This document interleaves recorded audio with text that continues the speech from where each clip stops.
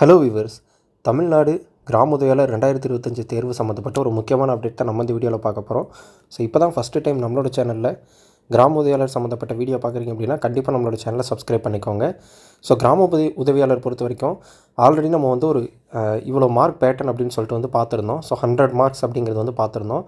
So அந்த 100 மார்க்ஸில் first வந்து பார்த்திங்கன்னா 10th pass R fail certificate. நீங்கள் எவ்வளோ வேணால் படிச்சிருக்கலாம், ஆனால் 10th ஒன்றும் பாஸ் ஆகிருக்கணும் இல்லை ஃபெயில் ஆகிருக்கணும். ஸோ அந்த சர்டிஃபிகேட் வந்து பார்த்திங்கன்னா நீங்கள் ப்ரொவைட் பண்ணணும். 5th ஸ்டாண்டர்ட் தான் இதுக்கு குவாலிஃபிகேஷன். பட் அவங்க எக்ஸ்பெக்ட் பண்ணுற சர்டிஃபிகேட் வந்து பார்த்திங்கன்னா 10th ஒன்று பாஸ் ஆகிருக்கணும் ஆர் ஃபெயில் ஆகிருக்கணும். நீங்கள் அந்த சர்டிஃபிகேட் ப்ரொவைட் பண்ணணும். அப்படி ப்ரொவைட் பண்ணிங்க அப்படின்னா உங்களுக்கு 10 மார்க். ஸோ இதுதான் ஃபஸ்ட்டு. அது முடிஞ்சதுக்கப்புறமா வந்து பார்த்திங்கன்னா திறனறி தேர்வு.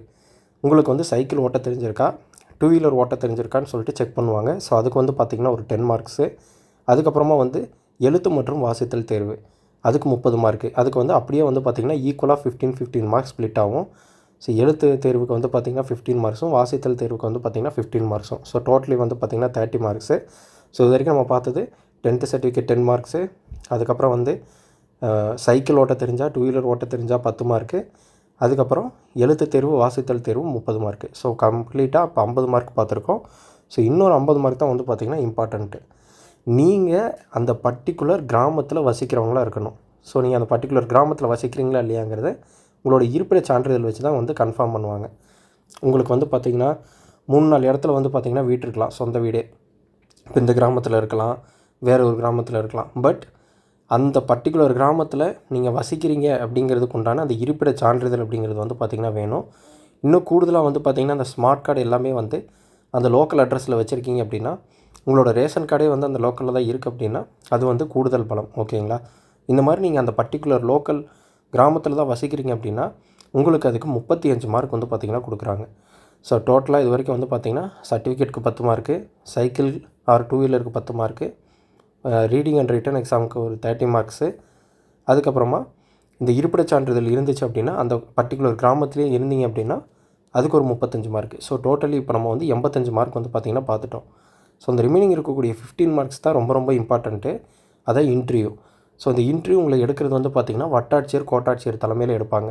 ஸோ உங்களை வந்து விஓஓ அப்படிங்கிறவங்க எடுக்க மாட்டாங்க. வட்டாட்சியர், கோட்டாட்சியர் தலைமையில் வந்து பார்த்திங்கன்னா எடுப்பாங்க.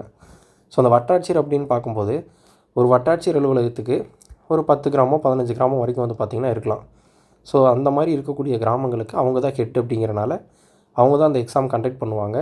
ஸோ நம்ம ஆல்ரெடி பார்த்த மாதிரி ஒரு வட்டாட்சியர் அலுவலகத்துக்கு குறைஞ்சபட்சம் ஒரு 1500 அப்ளிகேஷன்ஸ் வந்திருக்கு அப்படின்னா, ஒரு 10-15 கிராமம் இருக்கலாம், ஒரு 1500 அப்ளிகேஷன்ஸ் வந்திருக்கு அப்படின்னா அந்த 1500 அப்ளிகேஷனில் ஒரு 1000 அப்ளிகேஷன் தான் வந்து அவங்க வந்து தகுதியானது அப்படின்னு சொல்லி கன்ஃபார்ம் பண்ணுறாங்க அப்படின்னா, அப்போ அந்த மீதி 500 பேருக்கு ஹால் டிக்கெட் கிடையாது. அந்த 1000 பேருக்கு ஹால் டிக்கெட் அனுப்பி ஒரு நாளைக்கு 120 பேருக்கோ 150 பேருக்கோ அந்த மாதிரி வந்து நடத்துவாங்க. ஸோ இது வந்து பார்த்திங்கன்னா ஒரு எக்ஸாக்ட் கவுண்ட் கிடையாது. ஸோ இந்த மாதிரி பேட்டர்னில் தான் வந்து இப்போ கடைசியாக முடிஞ்ச வரைக்கும் வந்து பார்த்திங்கன்னா பல மாவட்டங்களாக நடத்தியிருக்காங்க.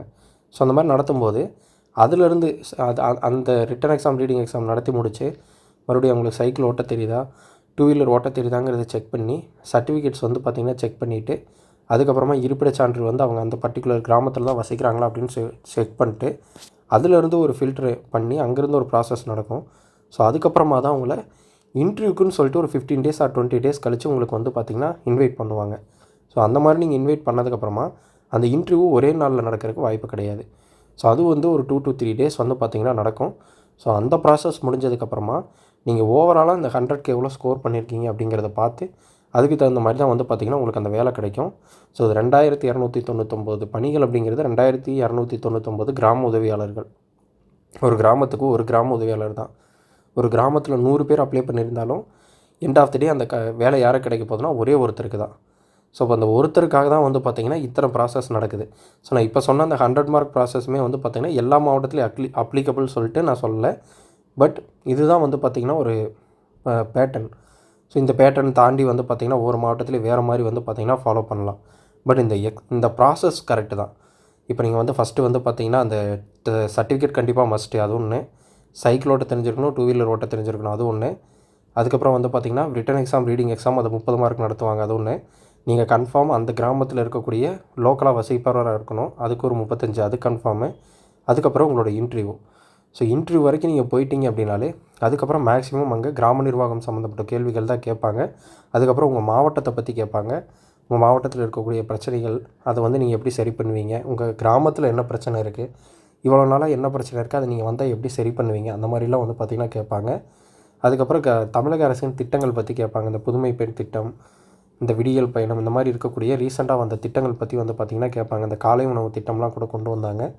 ஸோ அதை பற்றி உங்களுக்கு ஏதாவது அவேர்னஸ் இருக்கா அப்படின்னு சொல்லிட்டு தெரிஞ்சுப்பாங்க. அதே மாதிரி நீங்கள் ஒரு கிராம நிர்வாக அலுவலருக்கு ஒரு லெட்ரு வருது அப்படின்னா அது எப்படி ஹேண்டில் பண்ணுவீங்க, என்னென்ன மாதிரி லெட்டர்ஸ் வரும், அண்ட் நீங்கள் உங்களோட பர்மிஷன் கேட்டு நீங்கள் யாருக்காவது லெட்டர் எழுதுறீங்களா எப்படி எழுதுவீங்க, அந்த மாதிரி வந்து பார்த்திங்கன்னா செக் பண்ணலாம். ஸோ இதெல்லாம் தான் வந்து பார்த்திங்கன்னா அந்த ப்ராசஸில் இருக்கும். ஸோ இதுக்கு நீங்கள் எந்தளவுக்கு ஸ்கோர் பண்ணுறீங்களோ அதை பொறுத்து தான் வந்து உங்களுக்கு வேலை கிடைப்பதற்கான வாய்ப்பு இருக்குது. ஸோ நம்மளோட சேனலில் இதுக்கு ப்ரீவியஸாக வந்து பார்த்திங்கன்னா நிறைய வீடியோஸ் அது சம்மந்தமாக போட்டிருக்கோம். ஸோ இப்போ தான் ஃபஸ்ட் டைம் நம்மளோட சேனலில் வீடியோ பார்க்குறீங்க அப்படின்னா கண்டிப்பாக அந்த ஓல்டு வீடியோஸ் எல்லாமே பாருங்கள், உங்களுக்கு ரொம்பவே ஹெல்ப்ஃபுல்லாக இருக்கும். ஸோ இப்போ வந்து பார்த்திங்கன்னா அந்த எழுத்து தேர்வு வாசித்தல் தேர்வு தான் பல மாவட்டங்களில் வந்து போயிட்டுருக்கு.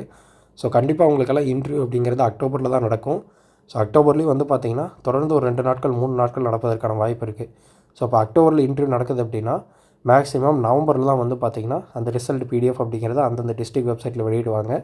ஸோ இதுவுமே வந்து பார்த்திங்கன்னா எல்லா மாவட்டத்துக்கும் ஒரே மாதிரி இருக்காது. மேபி அக்டோபர் எண்டுக்குள்ளேயே வந்து பார்த்திங்கன்னா ஒரு சில மாவட்டங்கள் அவங்களோட அறிவிப்பை வெளியிடலாம். ஏன்னா இது எப்படி தனித்தனியாக வந்து அறிவிச்சாங்களோ, நோட்டிஃபிகேஷன் வெளியிட்டாங்களோ அதே மாதிரி தனித்தனியாக தான் அந்த ரிசல்ட் அப்படிங்கிறத வெளியிடுவாங்க. ஸோ அது சம்மந்தமாக நம்ம நெக்ஸ்ட் வீடியோவில் பார்ப்போம். ஸோ இந்த வீடியோ உங்களுக்கு பிடிச்சிருந்துச்சி அப்படின்னா உங்கள் ஃப்ரெண்ட்ஸுக்கு லைக் ஷேர் பண்ணுங்கள், நம்மளோட சேனலை சப்ஸ்கிரைப் பண்ணுங்கள்.